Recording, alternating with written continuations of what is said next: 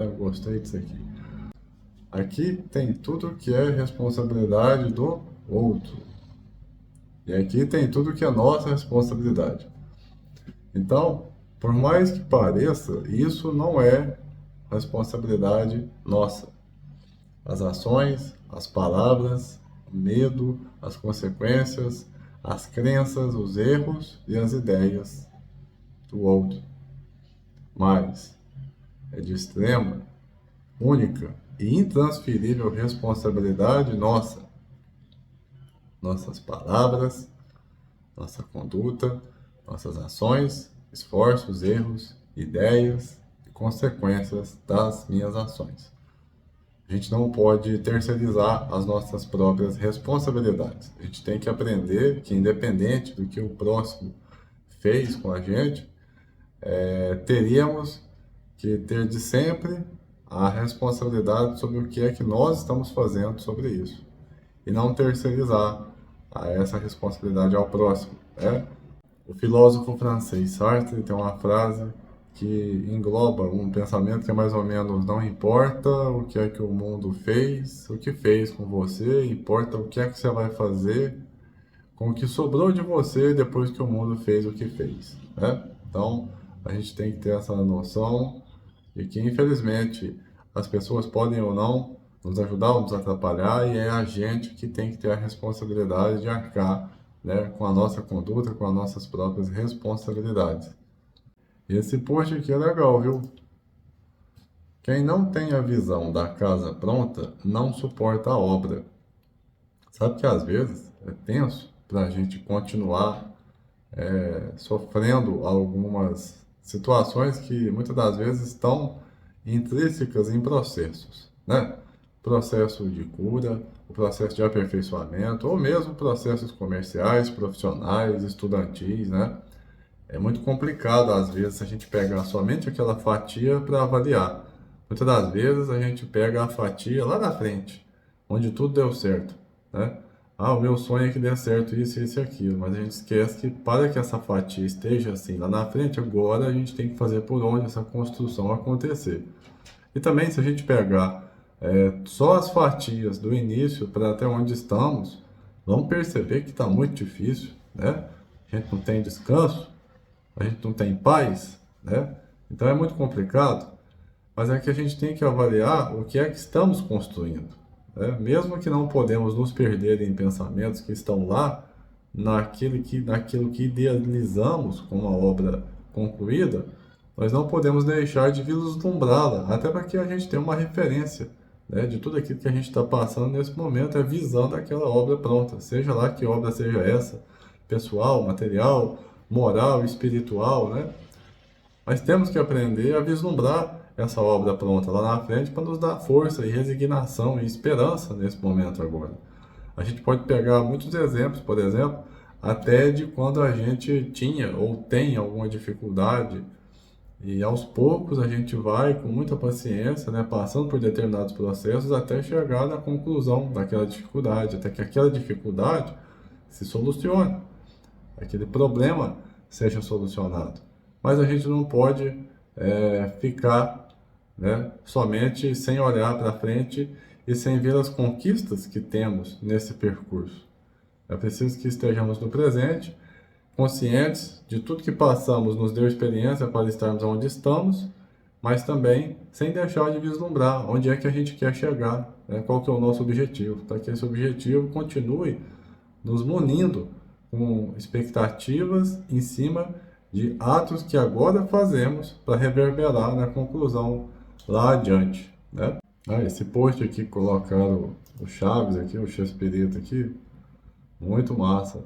Não vale de nada, joelho no chão, se você semeia a maldade quando está de pé.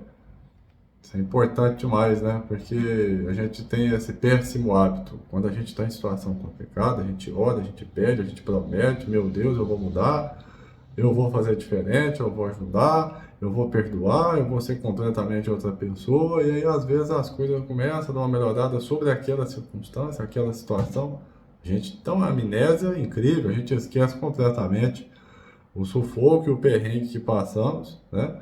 E muitas das vezes negligenciamos né, aquela experiência que passamos com aquilo, principalmente no sentido de melhorar a nossa moral espiritual, né, e reconhecer que outras pessoas também estão passando por aquilo, a gente deve ajudar, a gente deve ser sempre fraterno, a gente deve evitar atrapalhar, né, se a gente não pode ajudar, pelo menos não atrapalhar aqueles que também estão trafegando nas mesmas vias que trafegamos. Os pinguins de Madagascar estavam certos. Sorrir e acenar evita tanta dor de cabeça. É verdade, né? Às vezes a gente tem tanta coisa para falar, para fazer, mas a gente cai naquela lá do primeiro post, né? São coisas que a gente vai falar, mas não vai adiantar, porque talvez o próximo não esteja na sintonia de receber esse nosso sentimento, esse nosso feedback, em vez de ajudá-lo e ajudar o nosso relacionamento com ele, vai atrapalhar, vai criar mais conflito, mais confusão, mais brigas, enfim, né? Então, realmente, em determinadas circunstâncias, os pinguins estavam certos mesmo, é acenar e sorrir, até as coisas melhorarem, até tudo se encaixar, até quem sabe o próprio momento propiciar esse feedback ser aceito de uma maneira melhor, que a gente também consiga ter paciência para explicar melhor o que a gente consegue fazer ou não na nossa própria melhora para viabilizar cada vez mais, né, essa harmonia entre todos nós.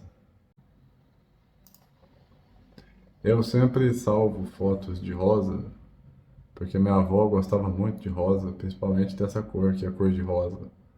Isso me acalma bastante, me lembra ela. Com chuva assim, então, melhor ainda. Regra de ouro para a saúde mental: pessoas não sabem ler mentes. Isso salva metade dos conflitos. Nunca assuma, deduza, ache ou presuma, sempre pergunte, confirme e se expresse de maneira clara. Comunicação é a base dos afetos. Interessante, né? Uma vez eu li uma frase que dizia algo nesse sentido. Dizia que a maior distância entre dois seres é o mal-entendido. Então, a gente tem que evitar isso. Deduzir, pensar, achar, presumir, né? A gente tem que sim manter a nossa conexão forte o suficiente para poder perguntar, para poder confirmar e se expressar de maneira que não fique nada no ar. Quanto mais claro, melhor. Coisas que ficam no ar alimentam energias erradas, energias negativas, vibracionais, que podem muitas das vezes se aproveitar dessas dúvidas. Na prece atribuída a São Francisco, onde há dúvidas, que eu leve à fé. A dúvida é um problema sério. Quando temos dúvidas, temos brechas para que a espiritualidade que ainda compraz na dor e no sofrimento trabalhe nessas dúvidas de forma que elas se transformam em afirmações erradas, partidas simplesmente dos nossos medos, anseios e julgamentos, e não da realidade proporcionalmente dita. Porque, claro, a gente vai ter uma proporção, uma ideia do que é que está acontecendo, mas jamais poderemos assumir que essa seja de fato a verdade, né? Então, presumir, presumir, deduzir, achar são coisas erradas em relacionamentos. Elas podem, sim, né, atrapalhar, criar conflitos. Comunicação é a base dos afetos. Quem tem ansiedade fica remoendo uma conversa, analisando se falou algo para magoar o outro. Fica pensando em como e o que deveria ter falado, e a sua consciência fica muito pesada. Quem tem ansiedade não consegue dormir sem resolver uma discussão. Sua mente fica a 1000 por hora. Quem tem ansiedade vai ter grandes dificuldades em dizer não ou negar o favor para o outro. Sabe por quê? Porque quem tem ansiedade pensa mais nos outros do que em si próprio. A gente não pode colocar isso aqui como uma lei universal, né? Claro que gradativamente a cada um é aplicado de uma maneira, mas a ansiedade é um transtorno muito complicado. Ele atrapalha o ser, né? Ele impede que o ser consiga fazer ações, ter atitudes que sejam fáceis. mais fáceis para os outros. E isso cria um transtorno, gera um transtorno enorme, né? Porque é mal interpretado e a pessoa sofre duas vezes, né? Sofrimento em cascata, porque ela sofre pelo problema da ansiedade e em seguida sofre pelo julgamento que é feito em cima dela, pela ansiedade que às vezes lhe paralisa, lhe impede de continuar, lhe impede de fazer, lhe impede de, enfim, de viver, né? De se expressar, então, nem se fala.